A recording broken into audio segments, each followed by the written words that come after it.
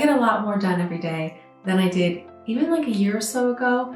I've always been a person who like gets stuff done, I like to think, but in the past like year and a half, I have really entered this hyper-productive period of life. Pretty much every day I get to the end and I can say to myself like, wow, I got a lot done. That's actually impressive how much I fit into the day. So I wanted to take some time and reflect on why that is, organize those thoughts into a list, and that is what this video is going to be. Hi, I'm Kate and I make videos about productivity and organization. If you end up liking this video, I hope you will go check out some of my others. Let's jump in with number one, which is to get up early. Now, I know that's not a very novel idea, but please hear me out. I get up at 6, which I think is really doable and nice and early. I see YouTube videos like 5 a.m. morning routine or even 4 a.m. And I am really skeptical that they are doing that consistently. Most people need close to 8 hours of sleep. So are they going to bed at 8 or 9 p.m.? Because that is a lifestyle that has zero appeal to me. My partner is really self-disciplined with going to bed every night, like at 10:15. And he has been a really good influence on me since we moved in together last summer. I used to spend hours on my phone every night. So some nights I'd go to bed at 11, some nights I'd stay up till like 2 a.m. And those were hours of my day that I was really just throwing away, but more on that in the next point. I still have late nights. Last Thursday of all days, some neighborhood ladies met for dinner and drinks and I stumbled home at like 2 a.m. But that's special. Most nights I'm going to bed at a consistent time and I really can't say enough for how good it's been for me. I'm sleeping better, both more soundly and actually falling asleep more easily. Mornings, I can't say I actually ever want to get out of bed at 6 a.m., but it doesn't feel like I'm dying to drag myself out of bed then. So getting up early, it doesn't have to mean 6 a.m., but it should be a consistent time that you get up every day or every weekday, whether you want to or not. You make yourself do it, just like you make yourself exercise or anything else that's good for you. And that will also mean you can plan your day because you know when it starts and you know how many hours you have. You're not rolling out of bed at noon and then adjusting your plans because you unexpectedly lost the morning. Speaking of planning, that brings us to tip number 2, which is to plan for your downtime. Now, I mentioned at the start that I've been in this hyper-productive period of life. And I think how I got here was by reaching a close to a very difficult period of my life, which was my divorce. Of course, I didn't wake up one day and just want to end what had been a happy marriage. We did years of therapy. We had a 2-year trial separation before finally making it legal. And then I moved out of Rome this past summer, like I mentioned. I had been in Italy for 13 years. Anyway, sort of the point of the story, as the difficult time ended and I got more happier, I also got more productive and I started having these hyper-productive days like I was talking about. It was awesome, just day after day, totally crushing it.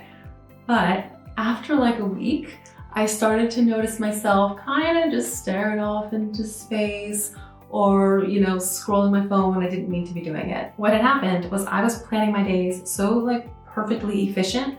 I had eliminated all downtime and my brain just like wasn't gonna let that fly. We need downtime. It is a basic human need like sleep and food and companionship. So now I plan for that downtime. I do not plan my day 100%. I leave some time for breaks. That's actually a good segue into the next tip, which is to use that time after the kids go to sleep. If you don't have kids, you probably still have some equivalent to this. Some like cutoff time, late in the day where you always tell yourself you're gonna get something done, but in the end, again, almost always you're just too tired and it doesn't happen. Now, if you do have kids, you know exactly what I mean. Time at home without the kids is so precious and we wanna use that little block between when they go to sleep and when we go to sleep. But gosh, you go through that relaxing bedtime routine, maybe even stay in their dark, quiet room for a little while until they fall asleep. And then, it puts us to sleep too. Now, of course, we don't actually go to sleep and get well-needed rest. We scroll our phones instead because maybe even more than we need sleep, we just need that quiet alone time to ourselves. See previous tip for more on that. So after that being my unproductive and almost self-destructive routine for years, this is what I do now. For one, I don't stay in the dark nursery very long after I say goodnight. If they need me, I will stay a little bit, but I will literally do push-ups and stretches in the corner. I don't read my phone and I don't lay down and relax. Then I leave to go do something productive, but fun enough that it doesn't kill my soul to do it when I'm tired. My main go-tos for this are either doing my nails or travel planning or studying German. That last one doesn't sound fun, but it's pretty easy. There's no decision making. I'm just copying a vocab list onto flashcards or studying those flashcards, and it makes me feel good to get that done. But my favorite thing to do after the kids go to sleep is to have some quality time with my partner. This checks the box for needed downtime. It is time spent on one of my core values, relationships, and it's something to look forward to during what is frankly not my favorite time of day, which is dinner time and bedtime. And it's also something to look forward to just all day, and motivates me a little more to like get my to-do list done. So, in the evening I can have that nice time and I don't have to come back here to the office and get something done. The next tip is related. The last tip was about having certain tasks you can do late at night and make good use of that time. This tip is about having certain types of tasks for other times of day when you can't be at your peak. For me, the biggest one is after the kids come home from school and they are interrupting me. Yours might be during your commute or like that hour after lunch when you're feeling lethargic. This has been a real level up for me. I prioritize those like high cognitive tasks for my peak times. For me, that means when the kids are home. And I save low cognitive tasks for when I know I'm going to be interrupted a lot. So think for a minute, what are the times when it is hard to get done what you're trying to do? Those are your non-peak times. Designate those for your low cognitive tasks. You will save yourself so much frustration when you just stop trying to get that high cognitive work done during times with conditions that just make it basically impossible. And now you see those peak times, they're small and precious. For me, it actually helps me stay focused and get stuff done, knowing I have this, really brief, special, precious window of time to get my high cognitive work done. So then all those low cognitive tasks that might otherwise distract me, like laundry or meal prep or replying to a message, I now have a specific time blocked out for them. And I actually get more done by making this distinction. High cognitive tasks and peak times, low cognitive tasks and non-peak times. That's a good lead into my next tip, which is to do the most important work first. I know you've already heard this. You've probably also seen the Eisenhower matrix with the important, not important, urgent, not urgent. I first saw that a bazillion years ago and basically brushed it off yeah, that's a nice idea, but the urgent stuff still has to get done. That's what makes it urgent. But the mindset shift that finally made it click for me is this: the urgent stuff always gets done. It finds a way.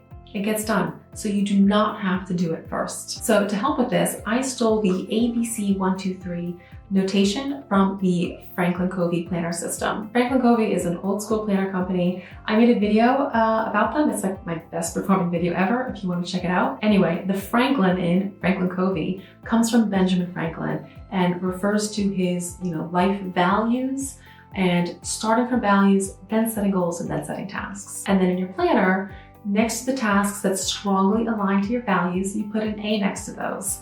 The ones that somewhat do get a B and the ones that don't at all get a C next to them. And it's such a simple thing, but having that little A next to my most important tasks has really, really helped me prioritize the stuff that's important to me, not just the stuff that's important to other people or has a deadline. So I do those things first and they actually get done, rather than falling off the end of my to-do list, day after day, which just leaves me feeling like crap, honestly, and that's not the way to stay productive and motivated. My llast tip, I always hate to say because it sounds so virtue-y, but there's no denying that I have been drinking less and that has made me more productive. Nowadays, I think of drinking as like borrowing happiness from tomorrow.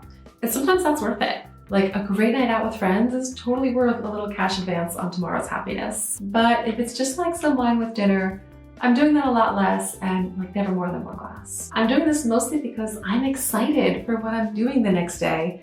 And I don't want to jeopardize those plans. And I don't want to be hating yesterday's choices when my alarm goes off at 6 a.m. Another thing, I plan out my day right until bedtime, like we talked about in this video. When I drink on a normal day, it's normally with the mindset of whew, got through that crazy day. But as I keep improving my life, there's less of a need or desire for that. Not always. If I have a full day outing with the kids, you better believe I'm having a drink at the end of that day, regardless of how beautiful or lovely the day was. Part of that though is because I know after a full day outing, I am going to be physically and mentally exhausted. and I'm not gonna have anything planned to do late in the evening. So I can have that drink knowing that like I'm done, the day is closed, like we're done. Okay, those are my 6 tips. And I'm gonna close with a bonus one. A recurring theme in all of these was planning.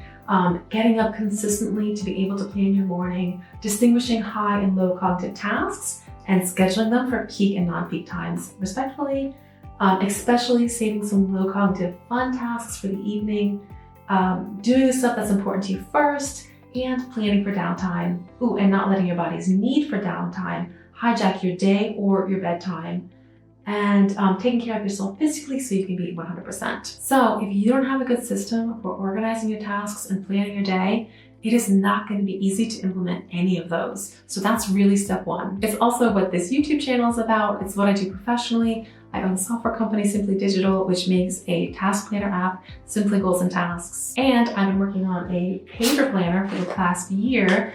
So if you would like some, special early pricing for when this is released, you can sign up at paper.simply.digital and you will get some really special launch info. I'm going to put my planning your week video on screen now.